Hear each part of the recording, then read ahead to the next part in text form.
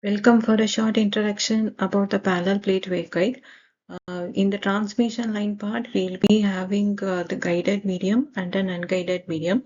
So in the unguided medium, we have different modes of transmission lines, out of which when you want to transmit the signal at the higher frequencies, we go for a waveguides.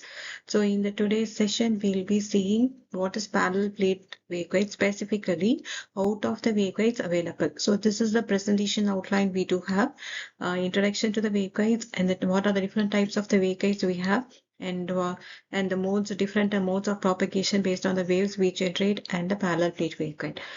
So this is the introduction of your waveguide. So what is a waveguide? It's a guiding medium for transmitting the electromagnetic wave from one point to the another point. So when I am using the waveguide, the major advantage is I can transmit the signal at a very high frequencies from 3 gigahertz to 300 gigahertz. So the waveguides which is operated above the cutoff frequencies will be transmitted over the signals. So hence this waveguide can act as a high pass filter in general.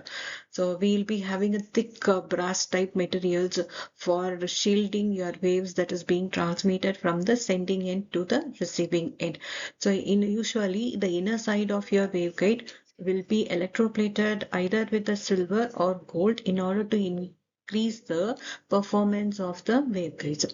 So whatever be the signal, a microwave signal that is being generated can be transmitted over a medium. So here these are the different types of the waveguides here you have. So waveguide, from the name it implies that it guides the wave from the transmitting end to the receiving end. So hence we call this as a waveguide. So this first one we call it as a parallel plate waveguide. So here you can see on top of it you have a conducting media and the bottom you have a conducting media. So this somewhat resembles your parallel plate capacitor. So in between these two parallel plates, the wave will be transmitted to the destination from the source end. The other one is the rectangular waveguide. So there is some disadvantages with respect to the parallel plate waveguides as we have open on two sides. On either side you will be having an opening. Only on the top and the bottom we'll be having a confinement of the waves. So you will be having some fringing effect. So in order to avoid that, we go for a rectangular waveguide.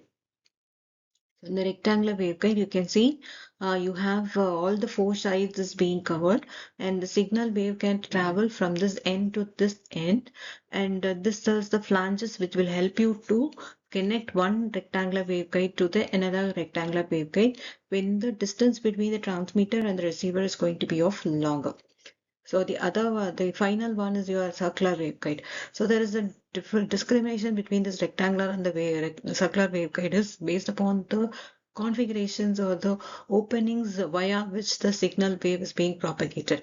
Here we have a rectangular shape for transmitting your signal, and here we have a circular form of transmission, circular opening for transmission of your signal from the sending end to the receiving end. So all these waveguides will help you to transmit a signal in the microwave frequency range of 3 gigahertz to 300 gigahertz. So these are the different types of the waves that can be generated from the user end to transmit the signal from the sending end to the receiving end. The first one we have a transverse electric wave, otherwise we call it as an H wave. So transverse the word implies that it is perpendicular, or we'll say it's a normal, like that we can say. So if I'm saying X is my direction of propagation, so in that case I should not have the electric field component along the Z direction. That is our criteria. So you assume that all your directions of your Cartesian coordinate system are mutually perpendicular to each other. So we have X, Y, and here the Z. So here if I am going to assume Z is my direction of propagation of the wave, so here the electric field will be considered to be longitudinal, or it is parallel to that of the Z direction, should be equal to 0. So when I say transverse electric wave, so I should say Ez is equal to 0. So in the case of your Cartesian coordinate system, we have three components with respect to the electric field. So whatever be the electric field you have, you can resolve it into three components. So one will be Ex, another one is going to be Ey, another one is going to be Ez. So these are the three components of an electric field in the Cartesian coordinate system. So when I say transverse electric, so transverse in the sense it is perpendicular. So Z is my direction of the propagation. So if Z is my direction of propagation, the two other directions which is perpendicular to Z is X and Y. So I'll be choosing only the Ex component and Ey component for the transverse electric wave, whereas the Ez term is going to be 0 because it is parallel to that of the direction of propagation.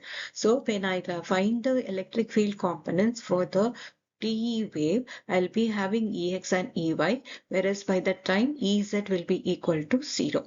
So this is for the first case. And the second one is, it is a complementary of your transverse electric wave. So here we say transverse magnetic wave. So transverse magnetic wave. So this has to be M. So this is a transverse magnetic wave. So when I say it's a transverse magnetic wave or E wave, it means that again, I should have the components Hx and Hy is not equal to 0. Okay. So we will be having Hx and the Hy term is not equal to 0, whereas the Hz term will be equal to 0 because we consider that Z is the direction of the propagation. So Hz term has to be equal to 0. So the same logic, whatever we have applied for the transverse electric, the same thing will apply here also for the magnetic field. So the final one is your transverse electric magnetic field. Now it's a combination of your first and the second one. So first one we consider transverse electric. So in the direction of the propagation Ez is equal to 0. The second one is your transverse magnetic wave.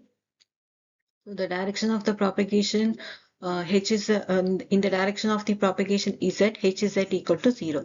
Now we have a term like transverse electromagnetic wave. So what is the implications here? Now here I should have Hz is equal to 0 because we have both the combinations of electric field and the magnetic field. So I should say Hz equal to 0 and also I should say Ez is also equal to 0. So this implies that it's a transverse electromagnetic wave. So the signals will be propagating only in the direction normal to the direction of the propagation, and that constitutes the different type of the waves. And this is the modes of propagation. So when I say transverse electric wave and the transverse magnetic wave, so I cannot transmit the same signals all the time, and I have to discriminate the different modes of the signal that is being transmitted. So in order to identify what mode is being transmitted over the waveguide, we have a notation denoted by TE with a subscript of Mn and Tm with a subscript of Mn, where the first subscript M denotes the number of half-wave variations of the field along the x direction, and the second subscript denotes the number of half-wave variations of the field in the y directions. So this is our representation of the modes of propagation. So when I say so parallel plate, so we'll be denoting it as TE10. Okay. So similarly, we go for TM representation. So the first subscript can be 10, 1, 2, 3, or anything else. You can choose any integer depending upon the mode you choose. So again, similarly, I can consider this as 10. As we have given the description, first number denotes the number of cycle variations along the x direction and number of cycle variations along the y direction, and this is number of cycle variations along the x direction and this is number of cycle variations along the y direction.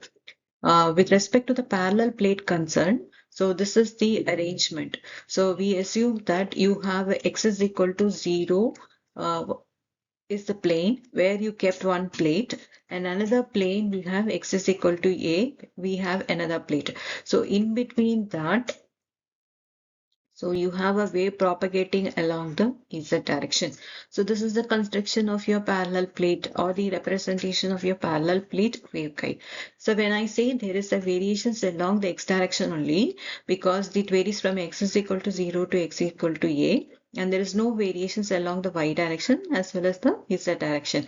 So when I write the mode of propagation in a parallel plate, I should write the second subscript as 0 always. So this term it will not be varying, whereas the first subscript will be varying depending upon the modes that is being transmitted.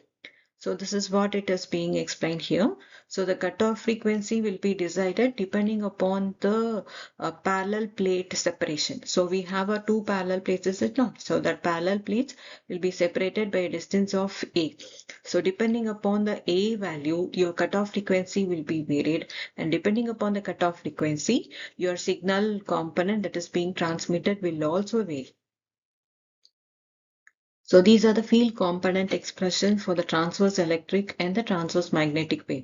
So using a Maxwell's equations and the wave equations, we'll come to a conclusion.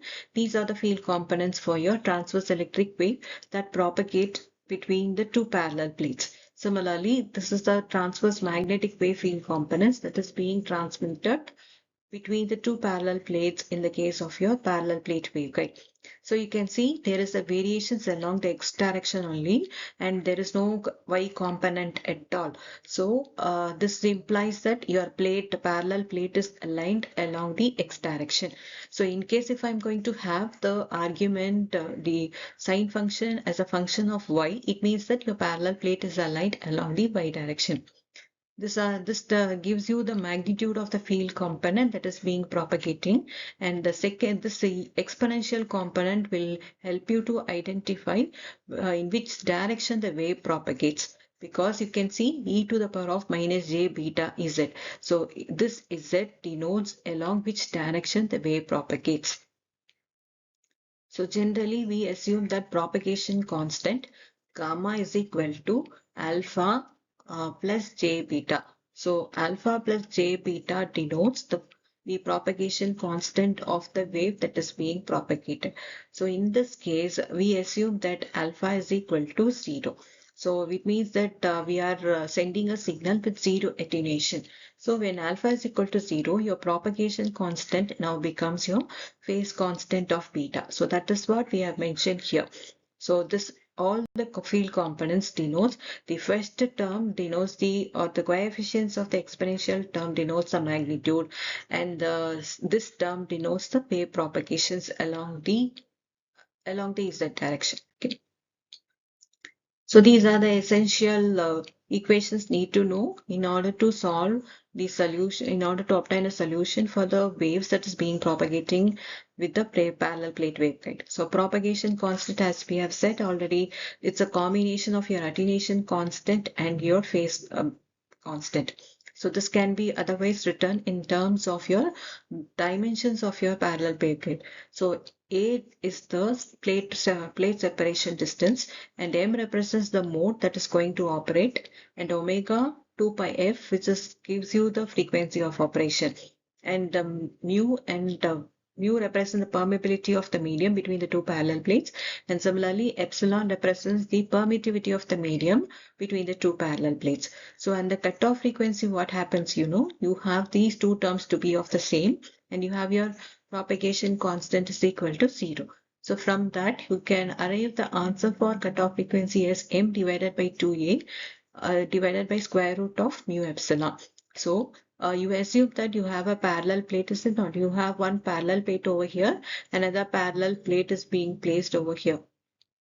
So we assume that this is my wave propagating between the two parallel plates. So now you have to identify what is the type of medium that you have in between the two parallel plates. So if the medium between the two parallel plates is going to be in air, so by the time we have your epsilon value, r value is equal to 1, and the mu r value is equal to 1. That is our consideration. So which implies that your epsilon value will be equal to epsilon naught, and your mu r value is going to be equal to this term. Mu value will be equal to your mu naught term. Okay. So we know we have a constants for epsilon naught and mu naught. Epsilon naught we have 8.854 into 10 power minus 12, and we have mu naught as 4 pi into 10 to the power of minus 7. When you substitute that, 1 by square root of mu epsilon will give you an value of 3 into 10 to the power of 8, which is the velocity of the light. So this is our propagation constant formula. And these are the two cases of propagation constant that we need to know. So when you are substituting the value for your mu, epsilon, and cutoff frequency, we have two options. So one is our case one, another one is the case two. So if your operating frequency is going to be less than fc, so in that case, what happens? The propagation constant is purely real. So it means that there is no j term at all. You can see here this term is going to be lesser. So here inside the radical sign, if my omega c value is going to be greater than omega value, so square root of this term will give you a positive quantity or real quantity. So this quantity will result in a mode called evanescent mode. So it means that no propagation mode. The other case, when the term omega c under the radical sign omega c is going to be less compared to that of omega, under the radical sign you have a negative term. Because of that negative term, you have a j factor. So we have gamma is equal to j beta. So there is no real term at all, which means that there is no attenuation. So we call alpha is equal to 0. So in the second case, we write alpha is equal to 0, and we have only j beta term. So we'll say it's a propagating mode. So this is the essential part you need to know when you are going to design any parallel plate waveguide for transmission of the signal. And this is the another important factor with respect to the parallel plate waveguides. So when I design a parallel plate waveguide, I need to know from which frequency I can transmit the signal. So as we have discussed already, we can assume that parallel plate waveguide can work as a high pass filter. So if I find my cutoff frequency, beyond that cutoff frequency, all signals can be propagated. So I should find what is the minimum cutoff frequency or minimum frequency the particular waveguide can operate. So that mode, we call it as the dominant mode. The mode which propagates with minimum frequency. So that we call it as a dominant mode. In the case of the transverse electric, when m is equal to 1, or we'll say when mode is 1, 0, the T10 mode is called as the dominant mode. So these are the formulas that is being associated with the parallel plate waveguide. So in order to compute the propagation constant, we have the formula of square root of m pi by a the whole square minus omega square mu epsilon. And m represents your mode of operation, and omega represents the operating frequency, and mu and epsilon represents the permeability and permittivity of the medium between the two parallel plates. Similarly, we have a cutoff frequency where we have your cutoff frequency in terms of the m and mu epsilon and a, where a is the plate separation. So this is the cutoff wavelength, and similarly guide wavelength you can calculate based upon the cutoff frequency and the operating frequency. And the phase velocity you can calculate. So VP and VG you can calculate using this formula. So in order to cross check your expressions, always your VG value and your VP value should be equal to your C square. So you have your formula right here. So these two formulas, if you multiply, what happens? These term will get cancelled and you have C squared as the expression. So this is the proof always you need to follow for verifying your phase velocity with respect to the group velocity, or else in order to compute your VG in terms of C and VP you can use it, or vice versa you can use it. So normally when you want to find the resistance using an Ohm's law, we find it like R is equal to V by I. Similarly, here you can find what is the intrinsic impedance of the wave that is being transmitted, or else you can find the wave impedance transmitted based upon the electric field component and the magnetic field component. So here we have an intrinsic impedance as a ratio of magnetic medium permeability and the electric field permittivity. So in case, as we have considered earlier, if the medium between the two parallel plates is going to be air, we have this value as mu naught and this value is going to be epsilon naught. So when I substitute mu naught is equal to 4 pi into 10 power minus 7 and epsilon naught equal to 8.854 into 10 power minus 12, we'll be getting a free space intrinsic impedance as 377 ohms. This remains a constant for free space. Or else if you are having any other component other than the air, in that case you'll be having mu by epsilon, which is equal to mu naught into mu r divided by epsilon naught into epsilon r. So this is the wave impedance value as we have discussed earlier. So we can compute your impedance value as the ratio of your E value divided by Hx. So you can Ex divided by Hy you can compute, or else you can go for Ey divided by Hz. So you have a cyclic mode of operations in order to find out your positive impedance factor. If I'm going to write it as Ey divided by Hx, by that time I'll be getting a negative value. Here you can see it is complementary once again. N divided by square root of 1 minus Fc by F the whole square is for wave impedance of transverse electric, and this is for wave impedance of the transverse magnetic wave. And this is one problem you can have as a glance. You can see from the same problem, you can see the other parts also. So find the cutoff frequency of TE10 mode operating at 1 GHz frequency that propagates in between the parallel plates separated by a distance of 3 centimeter in air. So now what is the parameters here given? So TE10. So as TE10 is given, so see the subscript. So the first subscript represents your m value. So I can say now m is equal to 1. And what is this 3 centimeter? So this 3 centimeter is my A value, the plate separation value. And this is 1 gigahertz we have. So this value is going to be your F value. Okay. So using this, you can find out what is your expression. So this is your solution.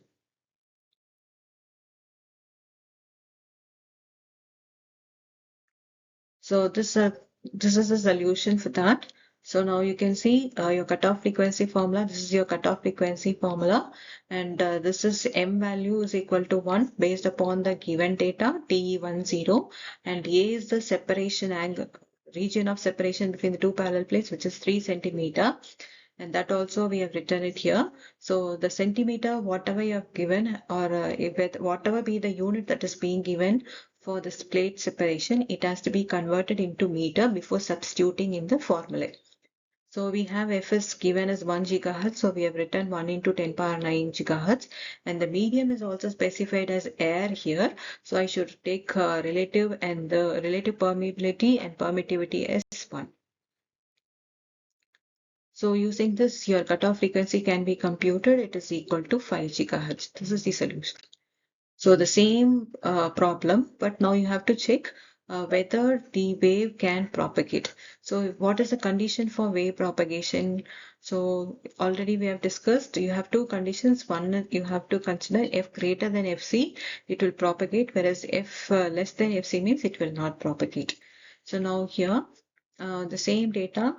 So condition is your operating frequency. If it is less than the cutoff frequency, it will propagate. So here, what is your cutoff frequency? So your cutoff frequency in the previous slide we have determined it is equal to 5 gigahertz, whereas here it is 1 gigahertz only, so it will not propagate. So it we call it as an we call it as an evanescent mode. Now we make a small changes with the same problem.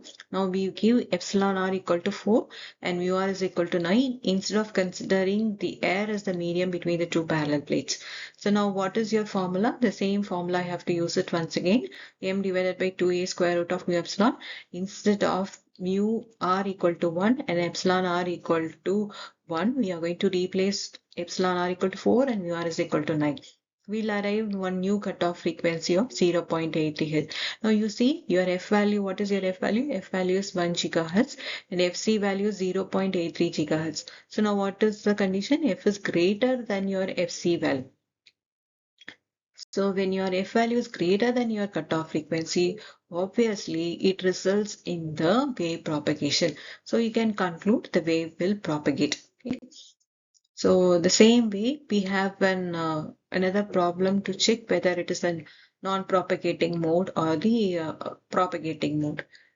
Using the same, this is one method of another method for determining whether the wave propagates or not.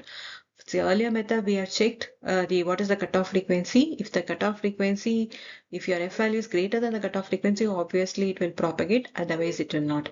The other mode of verifying your answer is if I have gamma value, this is my formula to calculate my gamma value. If the gamma is going to be real, it means that it is an evanescent mode, or we call it as a non-propagating mode. Otherwise, it's a propagate.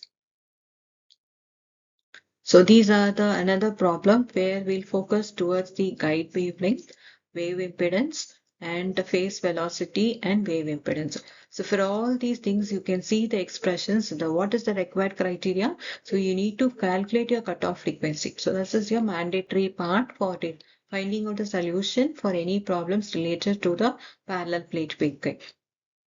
So these are the parameters given. Using these parameters, you can find the cutoff frequency first, which is 5 gigahertz, and you find out what is the square root of that value, because you can directly substitute in the formula for guide wavelength, phase velocity, or group velocity whatsoever. So we have your guide wavelength formula like this, and here you can substitute your value of 0.83, and this will give you the lambda value C by F. C is my velocity of the light in the free space, and F is your operating frequency as mentioned in the problem, and you can substitute here and get the answer for guide wavelength. Similarly, you can find out your group velocity using the formula of C into square root of 1 minus Fc by F the whole square. And the phase velocity you can find out using this formula. So wave impedance formula we know already, and eta is my intrinsic impedance, which will be constant for all the free space, which is equal to 120 pi or 377. Substitute in the numerator, and the denominator value we have calculated separately as 0.87. With that, we can compute what is the wave impedance of a transverse electric wave. Similarly, you can find out for transverse magnetic wave also. So this is division of eta divided by square root of 1 minus Fc by F the whole square. Whereas for transverse magnetic, it is going to be like eta into square root of 1 minus Fc by F the whole square. Okay. So with this, we conclude the parallel plate propagation between wave propagation and a parallel plate waveguide. So we'll just have a summarize of the waveguides. So waveguide is essential for transmitting your signal in the microwave frequency range of 3 gigahertz to 300 gigahertz.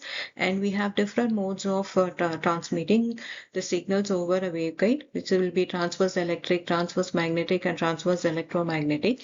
And depending upon the direction of the propagation, we'll decide what are the field components that persist when the wave is being propagating between the two parallel plates. And based upon the Maxwell's equations and the wave equations, we'll arrive at the solutions for transverse electric and the transverse magnetic field components. Using those field components, you can find the other parameters with respect to the parallel plate waveguide, like cutoff frequency and group velocity, phase velocity, wave intrinsic impedance, wave impedance, like that. You can find out all the parameters related to the parallel plate waveguide. So thank you for watching.